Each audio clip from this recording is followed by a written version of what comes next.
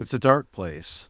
Things are happening. Things outside of our control. That can lead to a lot of fear in people. But if you are an institution bent on controlling people, fear is dangerous. Fearing yourself, because what if they realize that your power is an illusion? But fear amongst the people you're trying to control, well, maybe you can use that to your own advantage. As we're entering spooky season here, and we've started talking about witchy things and witchcraft, I think it's time for those of us who come from a European or Christian tradition to wrestle with the aftermath of the witch trials and the Inquisitions, and understand that there are things that we can and should be doing now to atone for the sins of the past. I know that sounds heavy. I know you're going to say it's not your fault, because it isn't, but we can make it better. So let's talk about that today as we walk down creation's paths.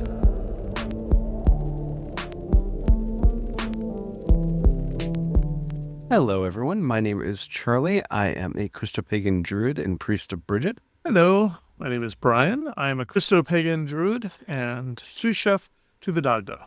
This is a topic we're probably going to revisit a couple times because it's deep and it's something that we can't forget. If we are going to use phrases like Christopagan or Christian or, I don't know, be a part of any Western tradition, we really need to reckon and wrestle with these ideas. Because even some of our pagan brethren are not immune to this. We need to look at it face on. So we're not going to get into anything too dark. We're not going to be listing the atrocities of the Inquisition or the witch trials. So don't worry about that. But we are going to talk about what led to them and what we should be doing today to make atonement for them. Before we get into all that, if you haven't already, don't forget to like, subscribe, follow, all of the things, depending on the app that you're listening to us on. It really does help us out a lot. Plus, we are doing a lot of Christopagan and Druid content. We do a new episode every day, and you don't want to miss all the good stuff because Samhain's coming up, and we've got a lot leading up to Samhain. Alrighty. The Inquisition. So the Inquisition and the witch trials are linked, but they're separate things. They usually get lumped together, and sometimes Inquisitors-led witch trials. But many of the witch trials, especially the famous ones you're thinking about, were not actually connected to the Inquisition. Like Salem had nothing to do with the Inquisition. So what are these? Let's start with the Inquisition, especially here in the days of awe.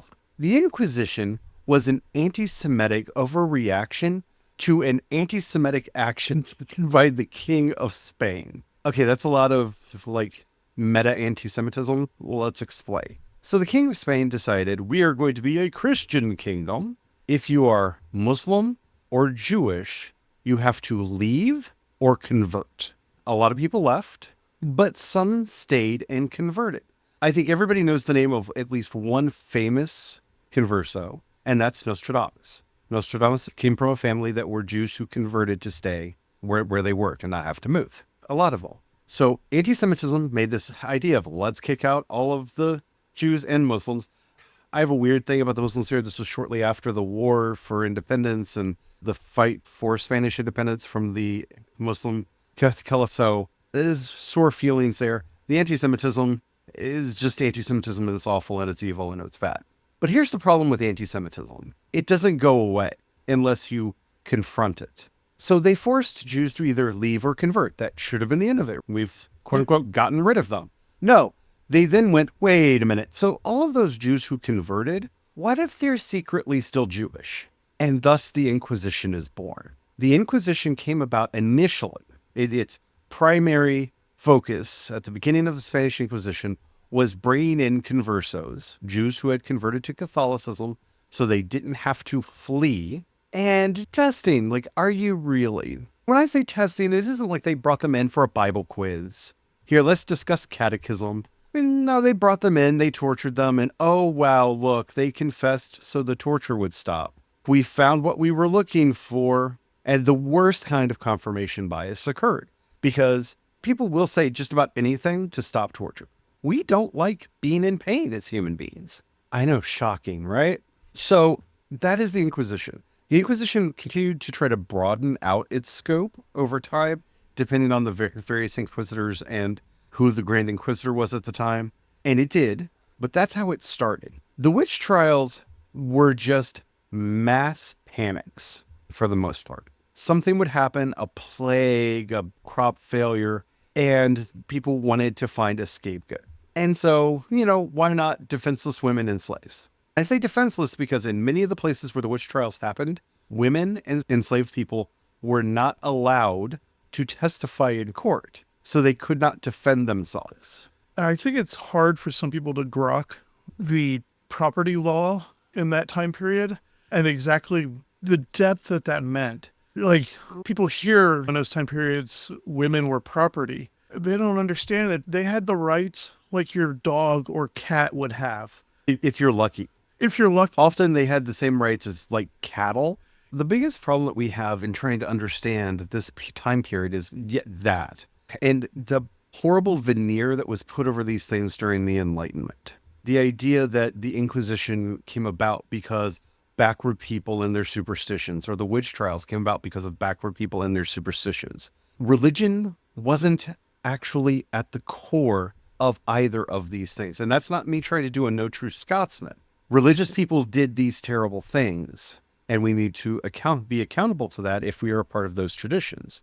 But the actual root of them are the isms, the racism, the antisemitism, the sexism. These are the roots at the very ground level, because people who are in power fear losing their power. Once you let them start giving into that fear, they will just take more and more and more. Paranoia just builds up and up and up. The more paranoia they have, the worse that they act, the worse reaction that they get, the more their paranoia ramps up, and these feedback loops start happening. These aren't logical processes that happen in the mind. This is fully working off of the amygdala. This is fight, flight, or freeze. This is purely instinct, feeding on instinct that gets mixed into the quote-unquote rational mind, the logical thinking, but it actually pollutes it, convolutes it, and which is why it doesn't make sense when you think about it logically. Like, if I were to fear a person or a group of people so much, thinking that they could control the weather, for instance. Like is currently being said. Yeah, but let's say if I honestly believe a group of people could send a Category 4 hurricane to crush a state, logically, I would not want to say anything derogatory towards that group. I don't want to tick them off. I do not want their attention. I do not want their ill will. I do not want a Category 4 hurricane cast at me. It's terrifying to think. But these reactions aren't logical, which is why you get people making these weird connections and assumptions. We have cast out the sublime from our lives. Justin Sledge over on Esoterica did a wonderful video about Gothic horror that if you want to dig deeper into this topic, I highly recommend that you watch, because we have insulated our lives from so much of the shock and horror of everyday life. And I know that you may feel overwhelmed with the news and all of the tragedies that are going on, both human-caused and natural disasters. Life used to be so much worse. This is what we lose context from, is our ancestors lived in fear.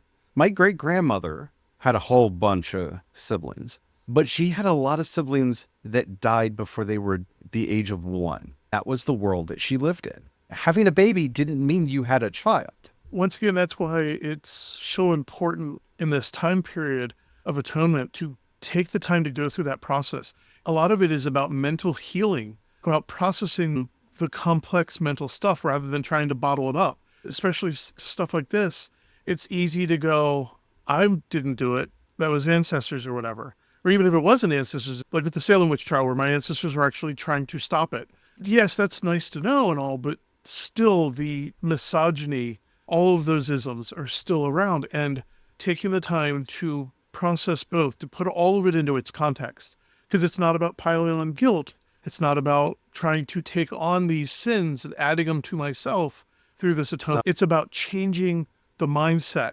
It's recognizing, it's recognizing these isms and still being able to see that's how they relate to us today, and to have that process so that you can see the joys as well and the goodness, and to know, no, you're not guilty of that, but are you taking the steps to stop it in today's time? Or are you quietly accepting it and allowing it to continue? I need everybody to listen to me very carefully, because every time I try to say this to somebody, they try to interrupt before I get the whole idea out, because this will probably hit you a little hard in the chest. Okay? Or in the mind. I'm going to brace myself. Okay.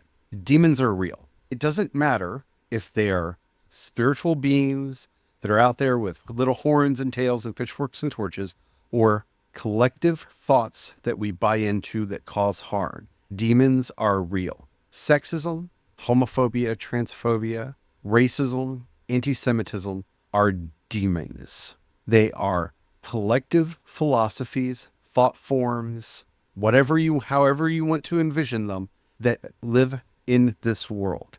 They are means. They are thoughts that want to survive and propagate themselves. They will defend themselves at all costs, and they will find ways to slip into your mind without you even knowing about them. That's what we mean about atonement. When something bad happens, we want an explanation. We don't like chaos. We as a species are surprisingly averse to chaos. We want the world to make sense. We want there to be order. And that's when these demons come for you. When something bad happens, a personal tragedy, a disease, a storm, a war breaks out, and it doesn't make sense, these demons of all the isms will show up, whether they're from a past word little seed that somebody planted into you about the ominous them, they control everything, or they do this. Depending on the culture and the place you are, there's a different they, and you may actually have several theys in your mind when you hear that phrase. But those seeds have been planted in us by our culture. When tragedy strikes, when we are jostled from our sense of who we are or what makes sense, a tragedy happens. That's when they try to grow. That's when those demons try to take over us. That needs to be seen by spiritual people of all stripes, because that's when we have to combat them the most. When there is a recession, people don't want to blame the fact that money is fake. Recessions aren't real. They are a collective delusion. They are a madness that we have created because of an imaginary monetary system that has the ability to harm people. That's at the base level, the definition of a demon. It doesn't matter if it is an externalized being or a collective agreement that we have made. That is a demon. It is non-existent. It can harm people, and it doesn't serve any good function in society. It wants to protect itself. Nobody wants you to realize that money is fake. All money is fake. If you don't understand this, all human culture is fake. We made it all up. I know nobody wants to say that or accept that, but we did. We made it all up. All of the rules, all of the everything. That doesn't mean it's not important, vital, or good for us, but it wants to protect itself so that we don't see through the fact that it is an illusion that we have all agreed to believe in Santa Claus. We've agreed to believe in money, in the state, in the whatever.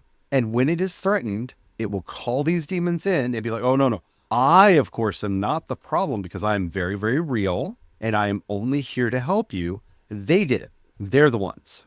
And if we are not hyper vigilant, they win.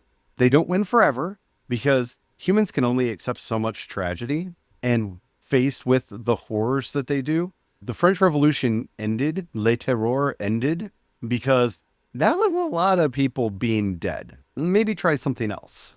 And they tried a bunch of other things. Like it's a fire that will eventually burn itself out, but it will take a lot of people with it on the way. So it's better for us if we can do the fire management ahead of time and try to find those weeds early and pluck them out. If I try to find that underbrush and clear it out so that when the lightning strikes, there isn't tinder there to grow into a wildfire. And that really is the work of atoning for the sins of our past.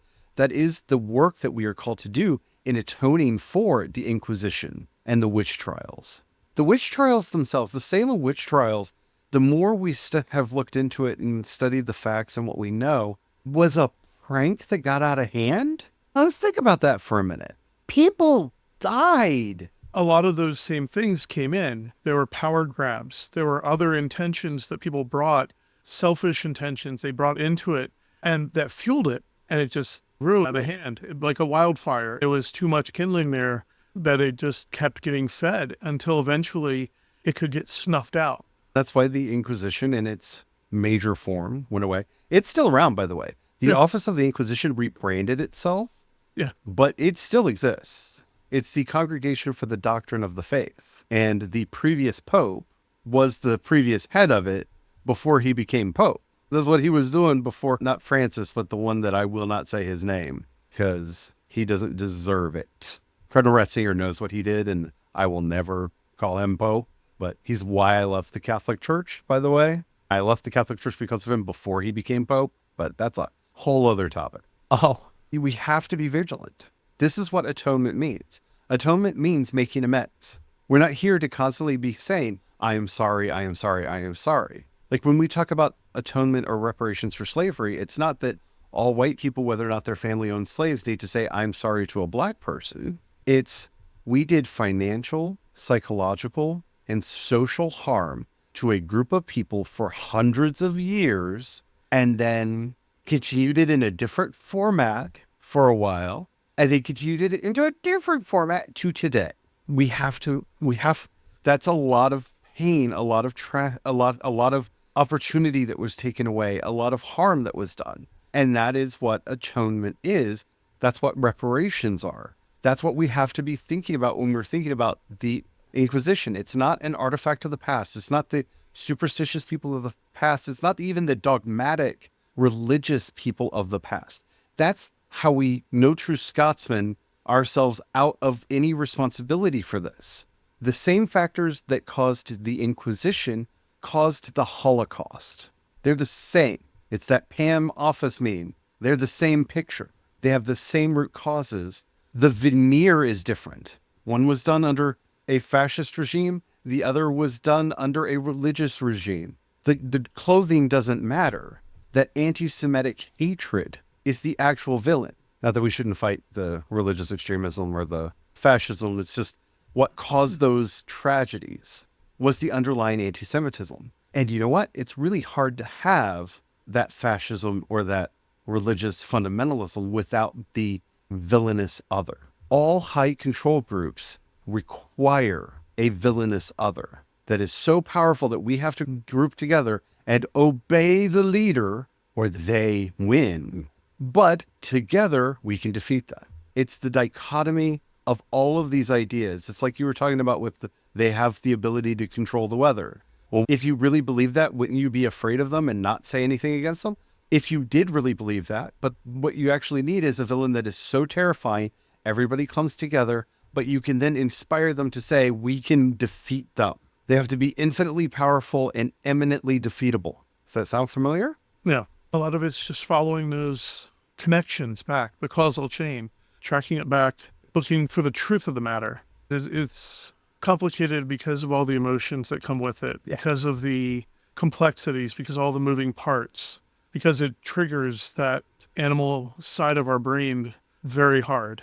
And that's in everybody, because that part is in everybody. And that part gets very triggered through this. It's really difficult for us because we want to see ourselves as good people. Yeah.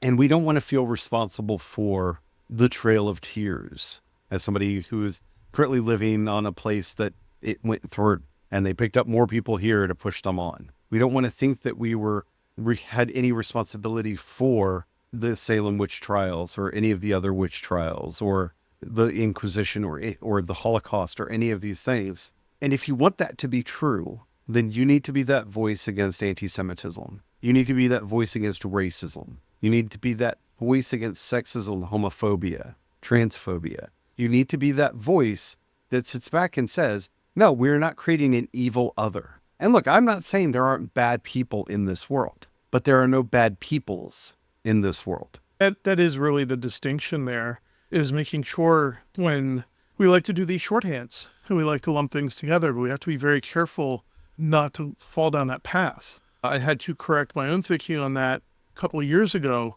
During that 10 days of all, I had sat back and I realized that I had started to take a group I had collected a group of individuals into an easy category and started lumping a lot of people into that category that I had labeled evil, I was very opposed to their sexism, to their racism, to all the suffering that was being perpetuated in their name as a group. I had to recognize that, and I was able to step back and separate the individuals. Because this way then, when I'm having conversations with those individuals, I can have the conversation with that individual. I can help them to understand they're attaching themselves to a group that is doing terrible things in their name so that they can hopefully recognize that, but not attack them, because what they have power and control over is very limited.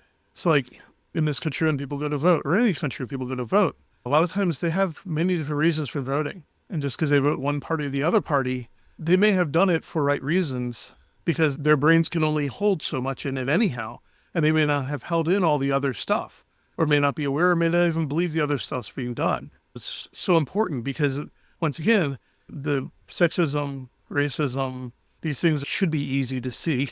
They should be. But this is such an insidious thing. I don't get on my pulpit and preach the gospel as much as I probably should. I'm one of those people that believes, like Jesus said, his sheep hear his voice. Like if you are meant to be in the flock, you will hear his voice and you will come. But this is the gospel. You do not put your light under a bushel. For those of you who don't understand, who didn't grow up on a farm, that's a basket.